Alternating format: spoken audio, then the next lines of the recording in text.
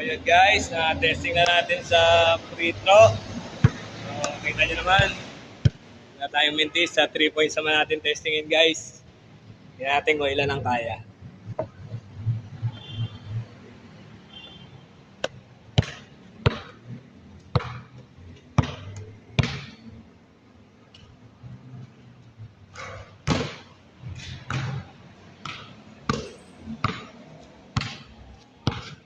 Ayun guys, 1 out of 1 tayo sa 3.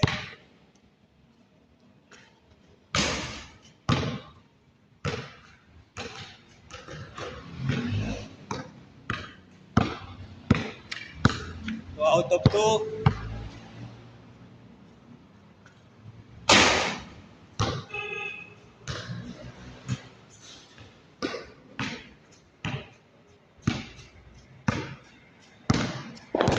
Out of 3.